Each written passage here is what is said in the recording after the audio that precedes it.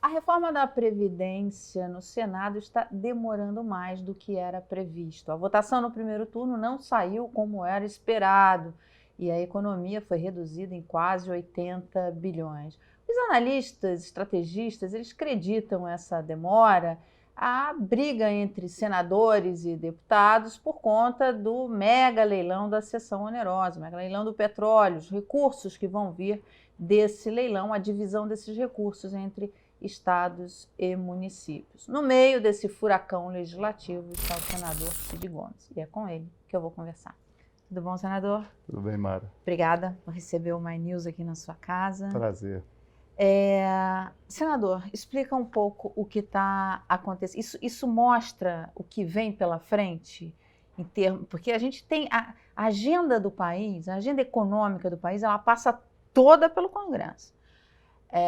E a gente está começando a ter uma ideia de como vai ser isso, quer dizer, a briga da Previdência vai ser nada perto do que vem por aí?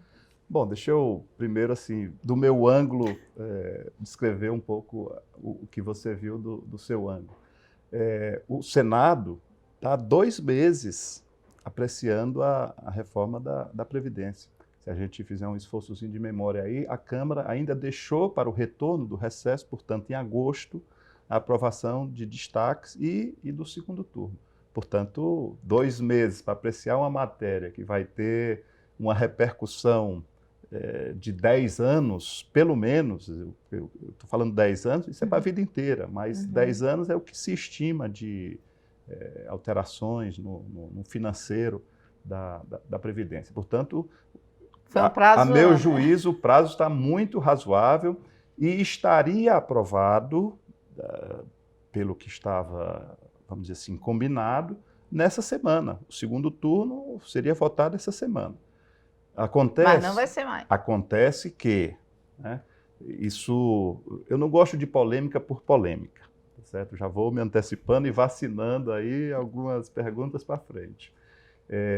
O que eu quero é que as coisas de fato aconteçam, tá certo? Então, se você for ver, o Senado tem a sua agenda, a Câmara tem a sua agenda. Agendas de preferência, vamos dizer assim, porque as matérias elas têm que ser aprovadas nas 2 casas. O que é votado na Câmara tem que ser votado no Senado, o que é votado no Senado tem que ser votado na Câmara. O Senado está dando fluxo, repito, 2 meses é um prazo, a meu juízo, muito razoável para que uma matéria dessa relevância, dessa complexidade seja aprovada. Ao contrário, a Câmara não tem dado vazão, não tem dado sequência, não tem apreciado, não digo nem concordado, apoiado, aprovado do jeito que veio, porque respeito a autonomia de cada uma das casas. Mas há, por exemplo, matérias lá que estão há 8 meses sem deliberação. Por exemplo? Por exemplo, a securitização da dívida dos estados, né? E é isso que vai me despertando uma preocupação, né? Ou se pactuam as 2 casas por suas lideranças, né, por seus presidentes, o que é a agenda de um e o que é a agenda de outro, e se estabelece uma relação pacífica, clara, né, transparente, de como é que vai ser a apreciação, qual vai ser o papel da casa revisora, porque quando o projeto é do Senado, a Câmara funciona como casa revisora. Quando o projeto é da Câmara, o Senado funciona como casa revisora. Ou se deixa isso muito claro, ou, repito, acho que a gente vai ter problema aí no futuro. E não é o que eu desejo. Eu tenho trabalhado, eu tenho lutado para que haja uma sintonia e a gente, de fato, possa cumprir a expectativa do povo brasileiro de que o Congresso seja um agente a favor, né, em torno de uma agenda, não o antipoder, coisa que eu critico desde sempre. Não é porque o fato de hoje eu ser oposição que eu vá querer que o Congresso cumpra esse papel. Acho que o que é de bom para o Brasil, a gente tem que apoiar, independente da autoria. O que deu errado na condução da PEC dos recursos do leilão da sessão onerosa? Bom, deixa eu tentar traduzir aqui. Eu falei muito rapidamente, mas vou tentar traduzir. A agenda da Previdência é uma agenda que ficou pactuado, daí é que me preocupa, porque já houve um pacto, e o Senado tem andado, já votou o primeiro turno, né?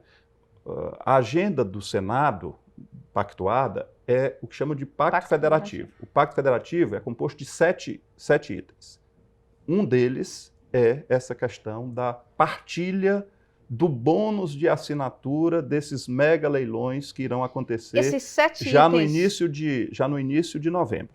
Que Portanto, é o leilão nós que vai estamos em acontecer em cima. novembro. Nós estamos em cima. Ou se aprova isso, ou daqui a pouco vai entrar o dinheiro e os estados e os municípios vão ficar a ver navios, literalmente.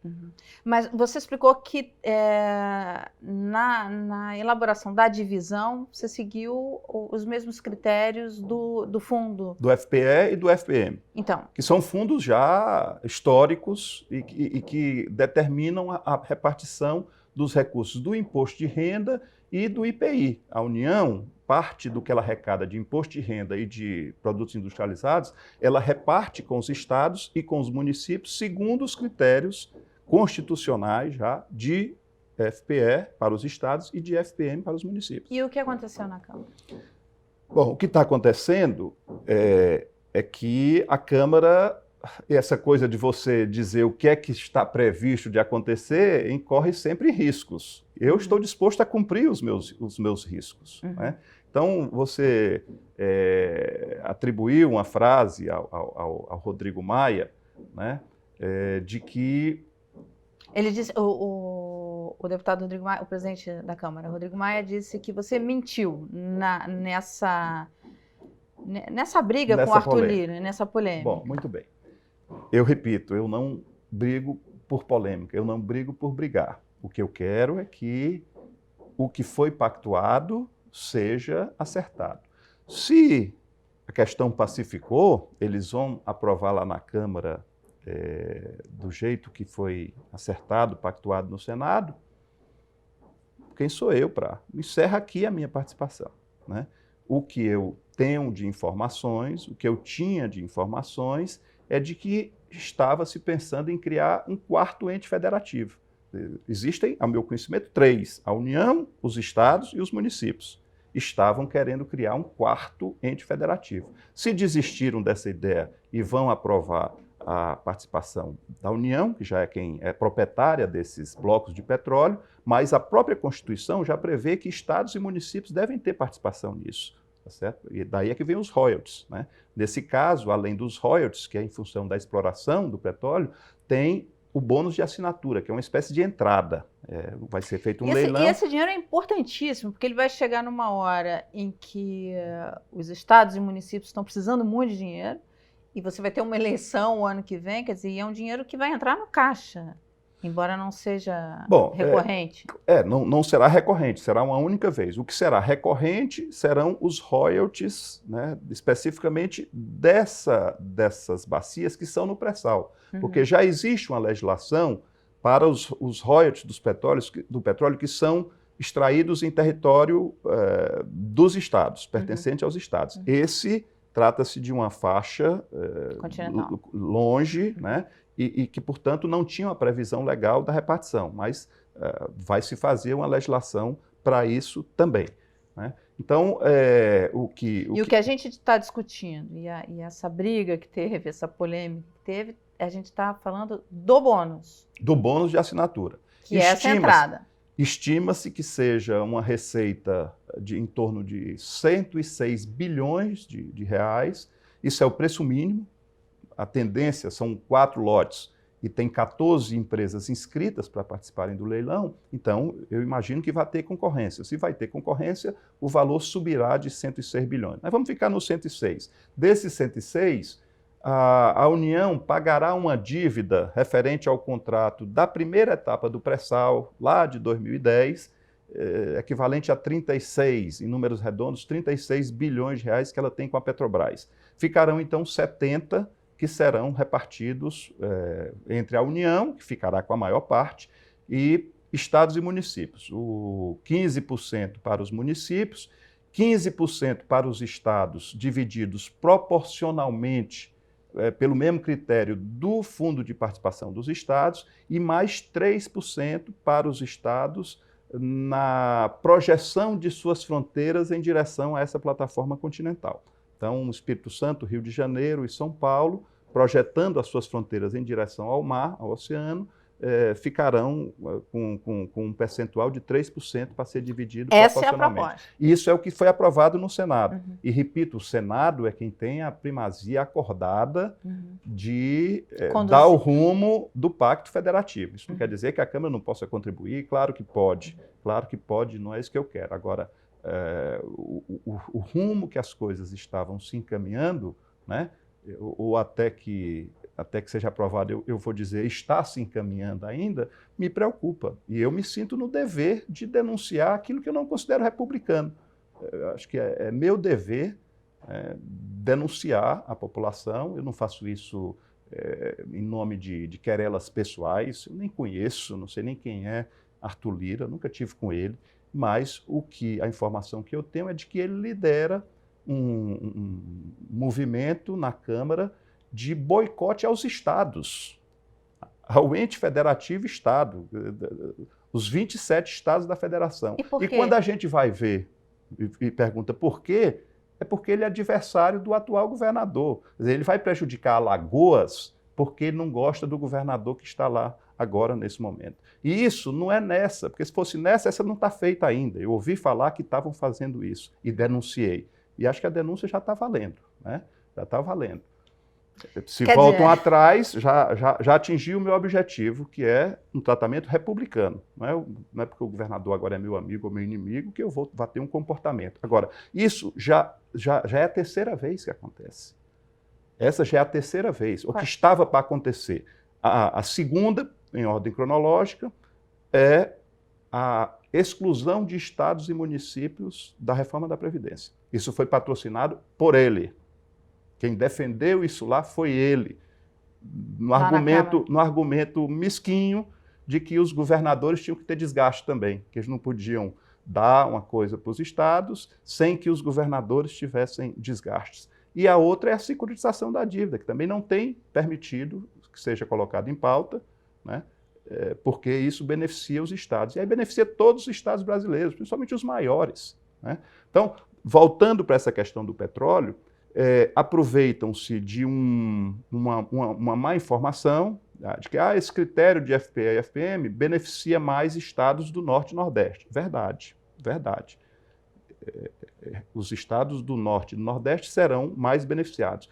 No entanto, consta do Pacto Federativo, que são 7 itens, um outro item que é a repartição de 4 bilhões de reais pelos critérios da Lei Candir, que aí vai beneficiar, em primeiro lugar, São Paulo, em segundo lugar, Minas Gerais, em terceiro lugar, Rio Grande do Sul, em quarto lugar, o Paraná, Rio de Janeiro, que são os estados do Centro-Oeste, que também têm vocação exportadora. Então, o Pacto Federativo está feito com a chancela de todos os governadores.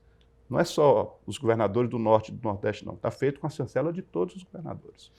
Agora, partindo dessa análise que você fez, dado que há uma expectativa de que o deputado Arthur Lira seja o sucessor do deputado Rodrigo Maia na presidência da Câmara, e se existe uma determinação dele em bloquear qualquer favorecimento ao seu adversário político em Alagoas, a gente pode imaginar, enfim, o que você prevê, o que vai ser a Câmara nesse contexto? Olha, eu repito, pode até parecer que é uma coisa pessoal, mas, repito, não é pessoal. Não tem nenhuma disputa, né? Ele é do outro estado, diferente do meu, é do outro partido, diferente do meu. Então, não há nenhum espaço em que eu sou do Senado, ele é da Câmara, não há nenhum espaço em que eu esteja disputando com ele. Agora, eu enxergo nele, e óbvio que isso não é só ele, mas essas coisas a gente tem que, a meu juízo, identificar a liderança e denunciar a motivação, denunciar o que está por trás disso. Eu enxergo nessa postura, nesse tipo de postura, uma repetição do que a gente já viu, mais do mesmo. Uma figura chamada Eduardo Cunha tem os mesmos modos de atuar, tem a mesma postura, tem a mesma movimentação, parte para isso, ele disse, vai me processar, né? Vai me processar. O Eduardo Cunha me processou também. Então, eu penso que isso é um dever meu, né? É um dever meu. Por quê? Processou porque eu disse que ele era achacador. Porque ele fazia isso, o dia a dia dele era exatamente isso, ele criava dificuldades para arrancar coisas do executivo, e com isso ia se fortalecendo. Ele se fortalecia com benefícios do executivo, ele chegou a comandar a Eletrobras. A Eletrobras teve de lucro no trimestre passado, no segundo trimestre, 22 bilhões de reais. Você imagina uma figura que não tem escrúpulo comandando uma máquina como essa, né? Então ele aí conseguia doações para deputados, esses deputados viravam aliados dele e ele ia fortalecendo no círculo, para ele virtuoso, mas para o país vicioso, a sua força, até que se denunciou e se viu quem era a figura. Então, o que eu estou querendo é denunciar um novo projeto de Eduardo Cunha, né? Esse estilo não faz bem ao Brasil. E esse modelo que iria, então, como você fala, criar um quarto ente federativo, como é que você tomou conhecimento disso? Os muros são baixos ali, né? Os muros são muito baixos. Eu tenho amigos que são deputados. O Ceará tem 22 deputados federais lá, e a gente sabe. Então, o que estava lá se tramando era criar o quarto ente federativo, que era emenda parlamentar. Então, você não mentiu. O presidente da Câmara diz que você mentiu, então você não mentiu, você não inventou isso. Eu ajudei, eu procurei ajudar, eu pedi votos para o Rodrigo, não acho que o Rodrigo seja esse estilo, acho que o Rodrigo é diferente, né? Compreendo que ele queira prestar uma solidariedade lá aos seus pares, né? E não quero entrar em polêmica com ele. Para mim, se ele diz que eu estava mentindo quando eu anunciei que a Câmara estava querendo alterar os critérios para estabelecer um quarto ente federativo, e ela, portanto, não vai fazer, para mim, ótimo. Para mim, ótimo. Então, no dia que a Câmara aprovar, repartindo com estados e municípios, União, estados e municípios, eu vou dizer, olha, me desculpe, eu tinha uma informação de que havia um movimento, e o que eu disse é que havia um movimento. Esse movimento foi frustrado pela liderança do Rodrigo Maia. Parabéns, Rodrigo Maia. Parabéns. Você conseguiu impor uma hegemonia moral, que eu acho que é isso que está precisando. A gente é obrigado a conviver no dia a dia com toda espécie de gente. O que uma liderança tem que fazer é impor pelo convencimento, impor por argumentos, a hegemonia moral, para que as coisas sejam éticas, que as coisas sejam sérias. Se ele está cumprindo esse papel, parabéns, mais uma vez, presidente Rodrigo Maia. Se não conseguir, eu vou denunciar. Simples assim. Só para a gente caminhar agora para o fim da nossa entrevista, o que fazer para reorganizar a esquerda? A esquerda não existe só uma, né? Eu disse um dia desses que eu tenho vergonha hoje de dizer que sou de esquerda, porque de um tempo para cá, esquerda virou sinônimo de corrupção, de malversação de recurso público, de aparelhamento dos cargos públicos, né? Então, esquerda, para mim, é ser progressista, é defender distribuição de renda. E essas coisas são relativas, né? Depende de país a país. Então, na Suécia, você ser de direita, a meu juízo, eu compreendo, né? Eu compreendo, porque é um país onde já se conseguiu assegurar os direitos básicos a toda a população. E aí um pode defender menos Estado, menos tributo, etc, etc. Num país como o Brasil, de extremas desigualdades, eu acho que eu tenho a obrigação de ser de esquerda. E ser de esquerda é isso, é defender distribuição de renda, tá certo? Agora, tem uns que defendem, na esquerda, que todo o sistema produtivo esteja na mão do Estado. Eu não defendo isso. Eu defendo que a iniciativa privada é muito mais competente gerenciando os negócios e que o Estado deve existir, deve ser forte para mediar essas relações, né? Porque há o bom empresário. Há empresários que, assim, sem obrigação legal, distribuem lucros, reparte o lucro, dá participação nos lucros das empresas aos seus funcionários.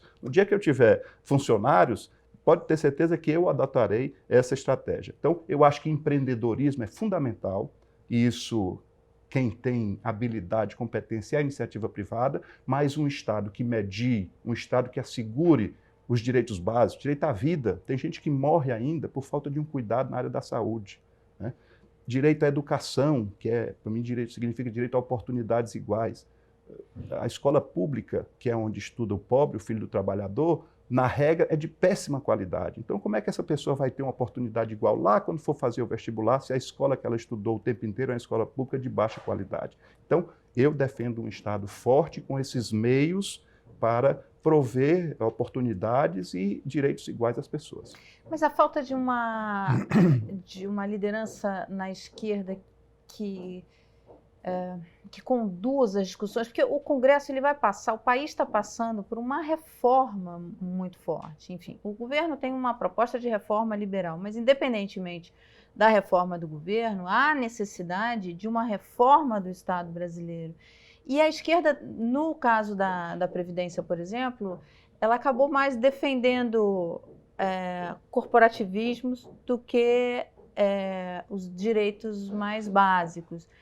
Ela não se perde um pouco hoje nessa discussão? Mara, repito, é complexo, porque não existe um só pensamento de esquerda. Não existe um só pensamento. Você tem diferenças aí entre o Partido Comunista do Brasil e o PDT, que é um partido, os dois são partidos de esquerda, mas você tem diferenças muito grandes. E tem outros partidos no meio aí, com diferenças ideológicas. Para além das diferenças ideológicas, há as posturas corporativistas no sentido do seu próprio partido. Tem gente que defende o seu partido acima de tudo. Eu não, eu defendo o Brasil acima de tudo. Em primeiro lugar está o Brasil. O PDT pensa assim, em primeiro lugar o Brasil, em segundo lugar vem o partido. Tem gente que coloca o partido, e eu não vou aqui citar nomes, coloca o partido acima de qualquer coisa. Então, se para o partido é bom, isso pode trazer prejuízo para o país, né? Porque para o partido é bom e até se justificam achando que lá no final vai dar tudo certo. Essa questão da Previdência, a postura do PDT foi sempre uma postura assim, nós achamos que é fundamental, isso é uma coisa que tem influência da expectativa de vida média das pessoas, tem influência do mercado em função de nível de percentual de emprego, claro, percentual de população desempregada, se é maior, se é menor, tudo isso contribui. Se você tem um alto índice de desemprego, a Previdência sofre duas vezes. Sofre porque não tem a contribuição, nem do trabalhador, nem do patrão, e sofre porque tem que pagar o seguro-desemprego. Então, ela sofre na sua receita, no seu equilíbrio, ela sofre duas vezes. O que nós criticamos é o seguinte, reformas, elas não podem ser só no lombo do trabalhador, no lombo da classe média. A gente tem que equilibrar essas coisas. Se o país está em crise, todos os setores da economia têm que pagar um pouco por essa... Eu digo setores mais aquinhoados, né? Você vê, indústria, fecharam 12 mil nos últimos anos no Brasil. Comércio, 200 mil pontos comerciais fecharam no Brasil. Você anda aqui é Monsenhor Tabosa, que é um ponto de visitação turística em Fortaleza, dá pena. Metade das lojas fechado, vende-se, aluga-se, né? Serviços sofrendo agora também nos últimos meses. E o setor financeiro só lucra. Eu vi um dia desse o anúncio do lucro praticado no segundo trimestre agora desse ano de 2019. É 5 vezes maior do que o que aconteceu em 2014. 2014 para cá só cai a nossa economia e o setor financeiro multiplicou por 5 vezes os seus lucros. Então, eu não acho que esteja certo. Mas esse é um padrão, isso é um padrão mesmo em vários outros governos. Governo Fernando Henrique, governo Lula, governo Dilma. Muito bem. Todos, é o mesmo padrão. Concordo com você. E um dos problemas... E veja bem, para mim, o bom não é que os bancos não estejam lucro, não. Tudo bem, eles podem ter lucro. Agora, não pode todos os demais setores estarem com problema, enfrentando gravíssimas dificuldades. Não é uma crisezinha, não. Nós estamos há 4 anos, 3 anos sofrendo. E um setor só sendo beneficiário, isso, a meu juízo, assim, obviamente não está certo. Então, o que nós defendemos é que o governo seja um ente assim, mediador para que se ponha fim à crise, né? Mas você vai ver, o que é que põe fim à crise? É crescimento do PIB. Isso é consenso, né? Nós só vamos sair da crise quando o PIB crescer, por todas as implicações que isso causa. 60% do PIB é oriundo do consumo das famílias. Qual é a política pública que está direcionada para melhorar o consumo das famílias? Pelo menos resgatar a capacidade daqueles que perderam o crédito. Nada. Você não tem nada. Você não tem uma linha para isso. Mas... 15% é investimento do governo. né? O governo não consegue, e o ano que vem o orçamento já está indicado aí, prevê o menor nível de investimento dos últimos 20 anos no país, 15 anos no país. Então, por onde é que vai crescer? Aí ficam com esse discurso de goela, né, para incautos, de que vai haver investimento estrangeiro. Vamos desburocratizar a nossa economia, que vai ter investimento estrangeiro, porque a nossa indústria não vai fazer investimento. Se ela está com a capacidade ociosa de 40%, de tudo que ela tem capacidade de produzir, ela só está produzindo 60%. Ela vai fazer investimento para quê? Mesmo que o consumo retome, ela vai primeiro preencher a sua capacidade enfim, a sua capacidade operacional, a sua capacidade de produzir itens industriais. Então, ou a gente mexe com tudo, ou essa receita de mexer em direitos trabalhistas apenas, de mexer em direitos, não que não tenha coisa errada, tinha muita coisa errada. Eu, por exemplo, apoio, aplaudo e cito como exemplo o fato de você atribuir agora à parte acusadora o ônus da sucumbência, né, se não ganhar, porque faziam denúncias irresponsáveis, faziam denúncias para achacar, faziam denúncias para expor a vida das pessoas. Né? Defendo isso para o Ministério Público também, que o Ministério Público tenha uma responsabilidade sobre as denúncias que fizer. E aplaudo, acho um bom exemplo. Mas, na regra, foi para o Brasil perdeu, depois da reforma, perdeu empregos, agora recuperou um pouquinho, mas recuperou com uma massa salarial menor. Ou seja, os 60% que é consumo das famílias, com a reforma trabalhista, não ajudou em nada. Pelo contrário, diminuiu. A massa salarial hoje é menor do que a massa salarial, então, quer dizer, mesmo com a leve retomada de emprego. O senhor acha que mais importante do que as reformas para a retomada do investimento é ter uma política pública para a recuperação da renda? Eu acho que todas as áreas têm que ser atacadas. E é isso que nós denunciamos. Não é justo você cobrar sacrifícios ainda maiores só da classe trabalhadora e agora da classe média. Com a reforma na Previdência, no âmbito do executivo, é mexer com a classe média. Né? Eu acho que todo mundo deve, mas só os mais sofridos, só pobre e classe média que tem que ir. Por que não cobrar tributos de grandes fortunas? Por que não aumentar o percentual de imposto dos lucros? Aliás, é zero. Lucros e dividendos. Não se paga nada. Não se paga nada. Transferências em função de morte ou doações, a do Brasil também é ridícula, comparada com países capitalistas, ultraliberais do mundo. Os Estados Unidos cobram 40%. O Brasil cobra como taxa máxima 8% e, na média, os estados só cobram 4%. Né? Então, tem muita coisa para fazer. Se viesse tudo num pacote, tire o apoio do PDT. Fragmentar, fracionar e só exigir sacrifício dos mais pobres, aí o PDT vai denunciar. Para a gente encerrar a nossa conversa, o PDT ele puniu, né, os deputados que não votaram com o partido. E no Senado? Bom, quem trata desse assunto é a liderança do partido. Tem ônus e tem bônus. E o presidente, eu sinceramente não vou entrar em assunto que não me diz respeito. Eu já chega às polêmicas que eu tenho que enfrentar e às brigas que eu tenho que enfrentar. Eu defendo muito o fortalecimento dos partidos. Essa é uma reforma fundamental. Né? As pessoas no Brasil têm pouca tradição de votar em partidos, votam mais em pessoas, mas isso é ruim. Isso é ruim porque você não sabe o que é que vai acontecer. Porque não tem, a pessoa vota e só vai ser chamada a votar de novo daqui a 4 anos. Aí tem que se conformar só com a avaliação de pesquisa e ver que está contra, mas não pode fazer nada. Né?